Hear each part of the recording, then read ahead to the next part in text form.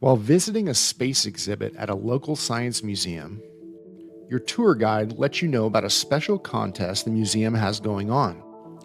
Any team that can solve a series of clues will be entered into a drawing for a chance to experience weightlessness on the Vomit Comet. What do you think?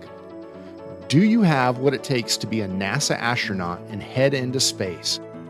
Demonstrate your knowledge of planets and solve the clues before it's time to head back to the classroom. You may just get a chance to find out how it feels to be weightless, just like a true astronaut. Good luck.